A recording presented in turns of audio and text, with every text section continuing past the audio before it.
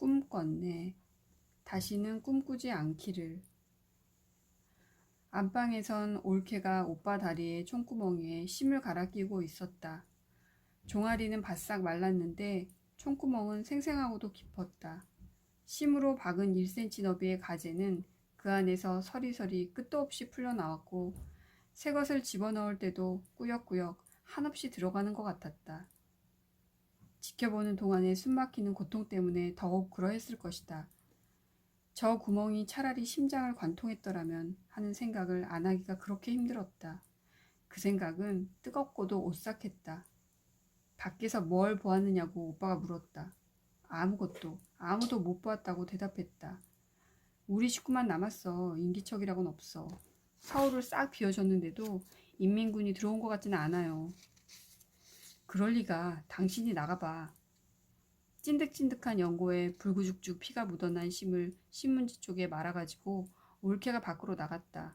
오빠의 조반신 때문에 올케를 기다리는 동안이 마냥 길게 느껴졌다. 그렇게 기다리게 해놓고 올케는 엉뚱한 소리를 했다. 바로 집 앞에 우물이 있어요. 물이 충충해요. 사람을 못 봤냐니까. 인민군이나 국군이라도 말이야. 올케는 고개를 저었다. 오빠의 성화 때문에 엄마까지 셋이서 번갈아가며 바깥 세상의 동정을 살피려 드나들었지만 살아 움직이는 거라곤 개미새끼 한 마리 눈에 띄지 않았다. 오빠의 조바심은 점점 더 심해졌다. 밥도 못 짓게 하고 새 여자를 밖으로 내몰지 못해 했다. 기떼배기가 무슨 기가 꽂혔는지도 안 보여? 눈깔이 멀었냐? 오빠가 말을 더듬기 시작했다. 속에서 끌어당기는 것처럼 허한 소리였지만 나에겐 아우성 소리처럼 들렸다. 오빠가 무엇을 그렇게 애타게 궁금해하는지 드디어 명백해졌다. 오빠는 이 수도서울에 우리 식구 말고 다른 사람이 있나 없나를 알고 싶은 게 아니라 우리가 누구 치하에 있나가 알고 싶은 거였다. 우리가 지금 이고 있는 하늘이 대한민국의 하늘인지 인민공화국의 하늘인지 알아보기 위해 우리는 다시 격금 내기로 내쫓겼다. 기떼배기가 솟아있는 건물은 형무소 말고도 몇 군데 더 있었지만 아무것도 나부끼고 있지 않았다. 국군은 시민을 죄다 피난시키고 나서 후퇴했으니 서울을 비워준 셈이건만 인민군은 어디서 뭘 하는지 아직도 입성을 한 것 같지가 않았다. 그럼 지금 서울은 진공 상태인가? 이데올로기의 진공 상태. 좌익에도 못 붙고 우익에도 못 붙고 좌익한테도 밉보이고 우익한테도 밉보이고 순전히 그 틈바구니에서 허우적대다 이 지경이 된 오빠에게 이데올로기의 억압이 전혀 존재하지 않는 세상이야말로 황홀경이어야 마땅하지 않을까? 그러나 오빠는 그 황홀경을 빨갱이로 몰리는 것보다 더 무서워하고 있었다. 사색이 되어 좌불안석, 시시각각 언어 능력조차 퇴화해 가고 있는 오빠를 지켜보면서 황홀경이란 환각처럼 미처 잡을 새도 없이 스쳐 지나가야 하거늘 하루씩은 너무 길다 생각했다. 집 앞의 우물은 정말 물이 충충했다. 원통형 내벽에 성에가 허옇게 쓸어 있는 게 청정하고 신선한 느낌마저 들었다. 두레박줄에 걸려있는 우물둘레는 내 가슴까지 차는 시멘트 녹강이었다. 충충한 수면에 비친 내 모습이 너무 선명해서 나는 번번이 깜짝 놀라곤 했다. 어느 쪽에도 속하지 않는 세상도 있을 수 있다는 것을 한 번이라도 상상해 본 적이 있었던가? 나 역시 무서워하고 있다는 걸 우물 속의 내 모습은 부정할 도리 없이 빤히 비춰주고 있었다. 말을 안 더듬는다고 해서 안 무서워하고 있는 것은 아니었다. 저녁 때까지 우리 식구는 아무것도 먹지 못했다. 오빠가 굴뚝에 연기 난다고 불도 못 대게 해서 이불들을 들쓰고 엎드려 있었다. 다행히 부엌에 뜬 숯도 있고 찬밥도 있었다. 어둡기 전에 올케는 풍로에 숯불을 피우고 얼어터져서 순백의 라일락꽃처럼 몽실몽실 피어난 쌀밥을 끓였다. 어린 조카는 넉넉히 먹일 수 있었으나 어른들은 뿌연 국물로 목구멍만 축였다. 공복감을 느낄 수 없었고 어린 것들도 이상할 정도로 안 보챘다. 오빠의 말더듬증은 나아지지 않았다.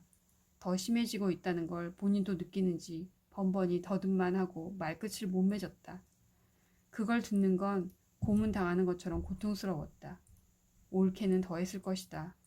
올케와 나는 오빠를 피해 밖으로 걷돌다가 마침내는 부엌 바닥에 쭈그리고 앉았다. 우린 참 운수가 좋아요. 집 앞에 우물도 있고 이 집엔 땔감도 넉넉해요. 올케는 자기도 오빠처럼 말더듬이가 될까봐 겁이 나는지 점자를 더듬듯이 느리게 또박또박 말했다. 어떻게 재수가 없어도 요렇게까지 없을 수가 있을까? 이 도시에 우리 식구만 남겨지기까지 2, 3일 동안 우리에게 붙어다닌 애군을 생각하면 미칠 지경인데 운수가 좋다니. 그러나 나는 순순히 올케의 말에 동의했다. 애군이 우리 가까이에 실제하는 것처럼 느끼고 있었기 때문에 그 괴물 보기에 느긋하고 유들유들해야 할 것 같았다. 부엌은 천장이 다락으로 돼 있어서 바닥이 깊었다. 널빤지 문을 열면 주춧돌만한 한 돌이 층계처럼 놓여 있어 그걸 딛고 내려설 수 있게 되어 있었다. 양회가 벗겨진 틈으로 진흙이 부스럼 딱지처럼 드러난 부뚜막엔 무쇠솥 2개와 양은솥 1개가 걸려 있었다. 무쇠솥만 붙박이고 양은솥은 드러낼 수도 있게 되어 있었고 그 밑은 재가 빠질 수 있는 철판이 설치된 석탄 아궁이었다. 부엌 머리에 딸린 참마루 밑은 온통 시커먼 분탄 더미여서 부엌 바닥까지 새카맸지만 무쇠솥 뚜껑은 반질반질 참기름을 발라놓은 것 같았다.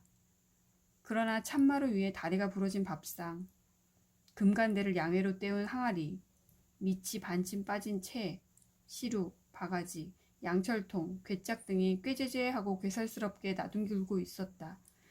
그 모든 것들이 어둠에 잠길 때까지 우리는 막장에 갇힌 광부처럼 희망 없이 서로를 의지하고 부엌 바닥에 웅크리고 있었다. 식후에 수면제를 주었으니까 잘 거예요. 방안 기척에 신경을 쓰는 나에게 올케가 말했다. 구파발 병원에서 주고 간 약 중엔 진통제도 있었다. 그걸 수면제라고 그러는 것 같았다. 푹 자고 나면 좀 나아질 거예요. 나는 짐짓 명랑한 소리로 올케를 위로했다. 전선은 지금 어디쯤 있는 걸까요? 올케가 한숨처럼 말했다. 올케도 지금 우리가 누구 치하에 있는지 그게 확실하지 않은 게 가장 답답한 모양이었다. 전선은 도대체 어떻게 생긴 금일까? 불구대천의 원수끼리 서로 필살에 총구를 겨누고 마주 대치한 한가운데 있는 보이지 않은 선을 돌파하기란 온몸이 총구멍이 되지 않고는 불가능한 일이다. 그러나 오빠는 그걸 해냈다.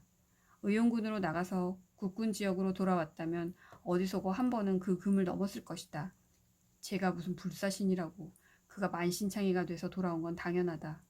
오빠의 다리에 뒤늦게 입은 총상은 그저 상징에 불과하다.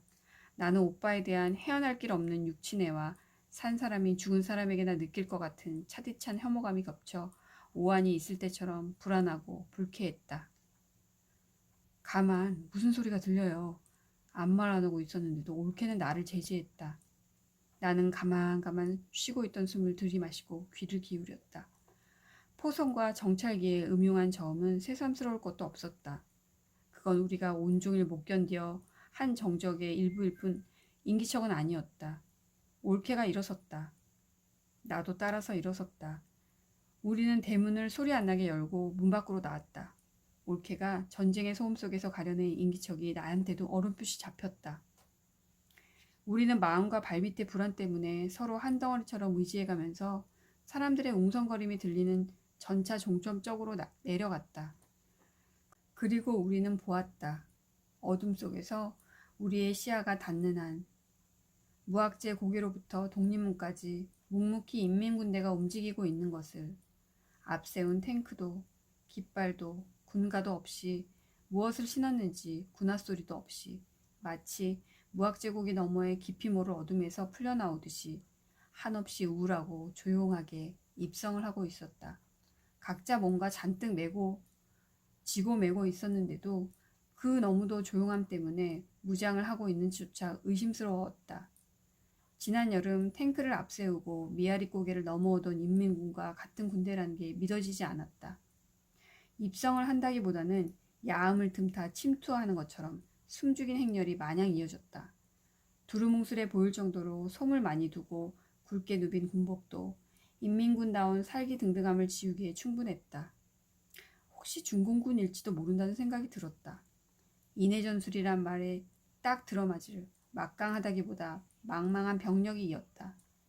정연한 대오를 이루었다기보다는 범람한 물처럼 한 길을 찰랑찰랑 채우고 흐르다가 독립문에서 물살은 조용히 양쪽으로 갈라졌다. 아닐 수도 있었다. 중공군은 꽹가리를 쳐 사기를 북돋으며 아이들과 분노자를 닥치는 대로 살상하고 욕보인다고 들었는데 그럴 것 같지는 않았다. 하긴 인민군보다는 중공군이 몇 배 순하다는 유언비어도 있었으니까. 유언비어를 더 믿어서가 아니라 중공군이라고 해서 더 무서울 것도 없었다. 말이 통하지 않으면 아무것도 우리에게 자백시키려 들지 못할 것이 아닌가? 자백을 강요당하는 것처럼 치욕스러운 공포가 또 있을까? 오죽해야 의사소통의 불가능을 꿈꾸려 들겠는가? 그러나 중공군이 아니라는 건 곧 밝혀졌다. 우리 말고도 연도에 드문드문 사람들의 모습이 보이는 게 반갑고도 신기했다. 거의가 늙은이나 여자들이었다. 그들이 우리처럼 어쩔 수 없이 발목을 잡힌 사람들이 아니라면 그들을 이 고장에서 못 떠나게 한 자유의사는 어떤 것일까? 그들이야말로 찰자 빨갱이들이라고 단정해도 좋으련만 그래지지가 않았다. 여름에 남 먼저 뛰쳐나와 점령군을 환영하던 좌익 인사들의 열광이나 흥분 따위 격정은 조금도 느껴지지 않았다. 그러나 그보다 훨씬 질기고 진국스러운 친화감이 그들과 점령군 사이를 팽팽히 이어주고 있었다.